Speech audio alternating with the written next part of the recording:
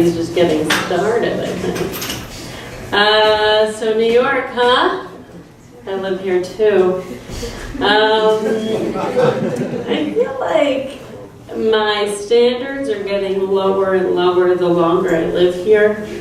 Like I'll be like, ooh, what's that? Someone's like, that's a dishwasher. I'm like, ooh, wow, are you a CEO? Like just so easily impressed. Or like they'll have like a tiny bit of outdoor space and I'm like, it's like totally disgusting. And a rat runs by, I'm like, ooh, you can afford pets? Did you get a promotion? Like just so easily impressed. But we are thinking about buying something. It just seems like it's time to make that investment.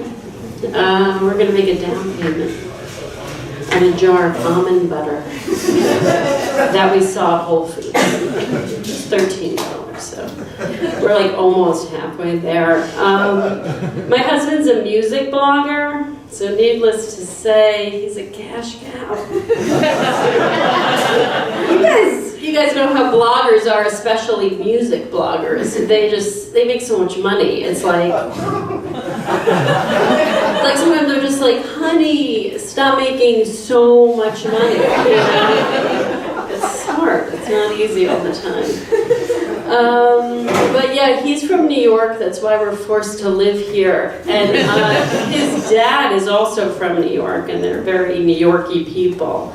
And his dad is like extreme and was like born and raised on the Brooklyn Bridge. And he'll be like, you're a real New Yorker? Like to everyone all the time. He's always like, Emily, you're a real New Yorker? He's like, real New Yorkers don't go above 14th Street. Like, that's not a thing. My dentist is on 51st Street. Still have to go to that dentist. He's like, But like, you know, Nolita is like not a real neighborhood name. He's like obsessed with what neighborhoods used to be called. He's like, Emily, you know Clinton Hill? We used to call it Devil's Pocket. Like, never heard that before. That's not a thing. He's like, yeah, you know Brooklyn Heights? You heard of Brooklyn Heights? You're a real New Yorker? I'm like, yeah, I know Brooklyn Heights. He's like, we call it turkey sandwich. They're truly just making things up at this point. But I came here tonight to share a story with you guys that's close to my heart. I'm going to take you back to 2012. Obama was being elected for the second time. I had people at my house. I kind of had like a gathering. And my best friend from college came over, and she was mid-abortion. She was going to take one of the pills, just kind of like bleed out during the election, and then take the other 4 pills when she got home. And the reason I love this story is because this is what conservatives think that we're doing. We're just like terminating pregnancies during parties when Obama is being elected. But sometimes that's exactly what we're doing. You know? It's like sometimes that's true, you know? I personally didn't have an abortion. I had a baby. Thank you. I know, it's so cool. But this is kind of a story that's hard for some people to hear. When the baby was born, the doctor sat my husband and I down. And he said, your baby has a huge dick. And we were like, you know, we're both regular sized people. And I was kind of like, is there a procedure? And they were like, no. And we're going to just keep it between the 3 of us. But then when my baby was around 3 months, my sister changed his diaper, and she also sat me down. She said, Emily, your baby has a huge cock. And I was like, fuck. Now everyone knows. But, you know, the problem over time, now he's like 3.5, it's gotten worse. But you know, it's also gotten better, depending on how you want to see it. And he's like peeing next to my husband because we're potty training and it's getting awkward. It's getting tense around the house. It's kind of just like something we're dealing with right now. It's funny, I noticed no one audibly gasped when I said I had a baby. Okay, I guess you think I'm a normal-aged person. I just like always want people to be like, oh, you have a baby?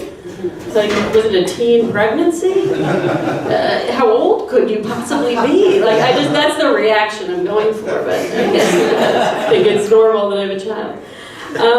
You're also looking at me and you're thinking, wow, this woman has got it together. She has a child. That seems possible. She says she's married. Also possible. She probably has a job, though she hasn't mentioned a job. But I don't have it together. And the reason I know that is when I have my period, I still bleed and everything. Oh, thank you. I bleed on my pants, I bleed on my shorts, and I bleed on my sheets.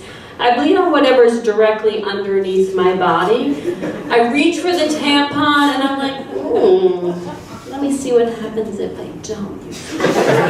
But the same thing happens every time.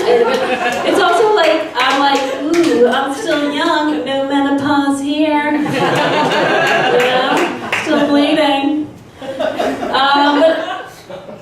I also, it's how I like to unwind. I like to free bleed on my white jeans on a Saturday night. That's what I'm into. But I have to go, unfortunately. But there's one thing I kind of want to share, and kind of just like a words of wisdom I want to pass on to you guys.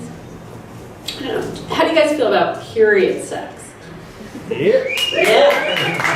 The husband's like, ooh. Well, I think it'll come as a surprise to no one that I am fine with it. A woman, after a long day, they have to come home and they have to bleed on that dick. You know what I mean? You have to bleed on the dick. This woman gets it. She's like, I love bleeding on dicks. This guy looks a little sad. He's like, I've never bled on a dick. When's my chance? And to him I say, you don't get to bleed on the dick. That's our thing. Thank you so much.